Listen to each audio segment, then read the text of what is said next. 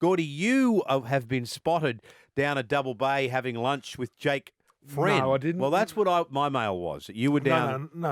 I went to have lunch with little Georgia Frizzell, actually, little Billy's godmother. Right. And Jake walked in, Right. and I got up from meeting and shook his hand because I think he's had a wonderful career, and I congratulated him on his career, and I asked how he was going, and he was so disappointed with, the Roosters losing, and he goes, and we, needed a hooker, and I can't get out there to help my teammates, and he goes, I'd still be playing if they didn't medically retire me. So tough for his own good, so many NRL players and people in sport that don't know when they're beaten, and he's had a tremendous career and got no more to prove. Yeah. Especially with the concussions around now, and the protocol was, and just talking to him yesterday, I just sensed that if the Roosters or the game didn't make him medically retire, that he'd be still out there doing the sport that he loved. Yeah, and recently, I believe, became a father. So, and Yes. he's set himself up pretty well in business too, hasn't he? Yeah, He's got a plumbing business. He's got a cafe, At which Prince I of think Wales. is that High Society? Yeah, Is that it? yep, yeah, that's up it. in Randwick. Mm-hmm. Yeah, so I think that's doing really well. The Roosters have done a terrific job at helping Jake set himself up in terms of life after football. Yeah, really good fella. Yeah, and God, he just played happy tough. as well that he finally got like that Origin series last year. For him to get a crack in it and for Queensland to win the way that they did, Well, there's so he many things deserved about that. his He'd earned career. that. Like, He was their player of the series too. did he get the? for the Queensland. they were booing him. We were there one Triple M game. Yeah, they I were remember. booing him. I remember they were and they're booing him trying to get saying Victor taxi for Radley on. friend. Yeah, mate. And for him, when you talk about Reynolds, are negotiating, and these guys want to, he dug his heels and kept on fighting, and then won more competitions. Yep. And captain of the joint. So then that's the, that's the cloth that he's made with. Like they were booing him to get Victor Radley on, and that wouldn't be nice for any player if they're booing and yelling at your name, and it wasn't the opposition fans. I got booed a lot, but it was your own fans. Absolutely. One of the most disgraceful things I've seen from the Roosters fans that night. No, honestly, booing a veteran of their club, it doesn't matter what club it was. Yeah, I tend to agree. Just disgraceful. And I just will add it would never happen at our club, but I'll leave that right there.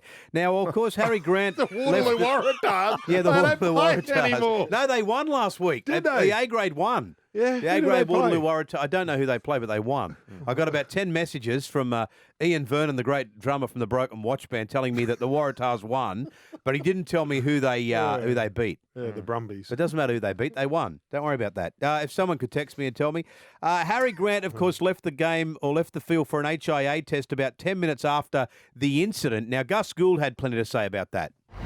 Well, they've put him a head bin because of that knock he took before he scored the try, before he did the other brilliant thing and the other brilliant thing after that. I mean, he's much as bad in the head bin as I am. Why is he off in the head bin? He got a bit of a knock, but he's done 3 or 4 brilliant things and scored a try since then, and now they get a free replacement in the head bin? Give me a break.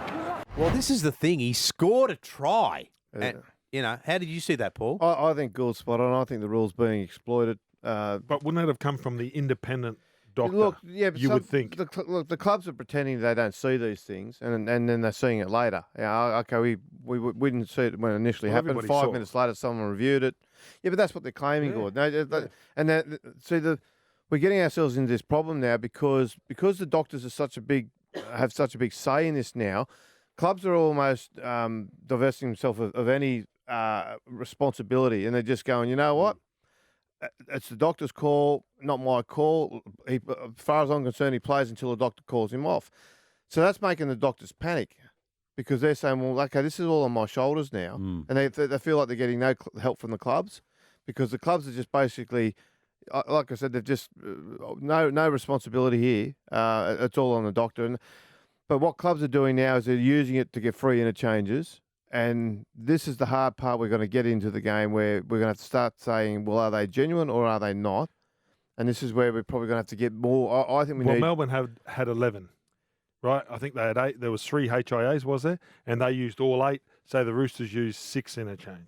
So they used 3 more than any other side. Well, I know there was a discussion after the game between Craig Bellamy and Trent Robinson about the interchange and its plastic use and how adaptable it's now becoming, this head bin rule. Because look, Cameron Munster clearly faked a head injury, went off it. But he did get hit. I think it was 27. Yeah, but he faked the injury, Gordy, And that was smart but he to get a free interchange. Okay, but he was off for 27 seconds. get that. So the rule is, if you go out for an interchange, you're not off for 27 seconds.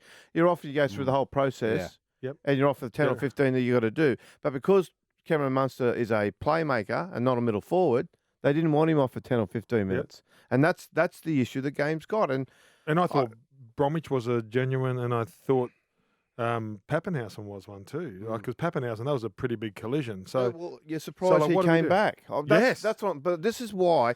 See, the argument against independent doctors is that the club doctors get to know the players and they know their personalities and their traits, and they can, because they have a deeper knowledge of what the players' persona is, I suppose, that they can see whether the player's injured or not. Technically, they should be able to pick up the stuff that they think someone who's not familiar with the player wouldn't be able to see. But that's not happening. I think clubs, doctors, and they'll all spew about this, but they are making decisions based on footy decisions. There's clearly some that get them off when they concuss, but there are other things where they're complicit in the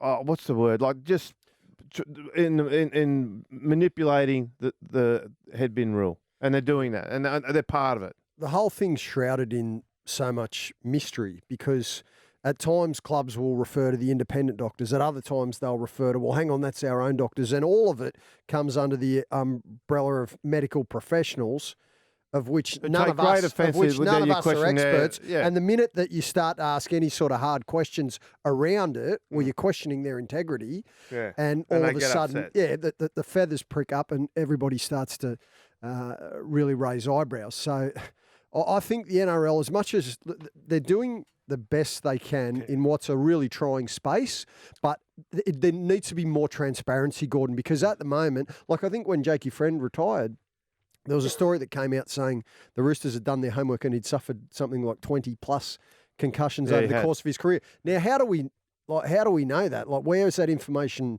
stored? Has anybody gone through all the tapes and all that sort of thing? And that's where it becomes a real grey area at what's a super it's serious issue. It's always going to be grey because you don't see it. You know what I mean? Like, you can see when someone's limping and you can do it, but, you know, when you get a hit to the head, you know what I mean? And you wobble and there's interchange and it's that moment.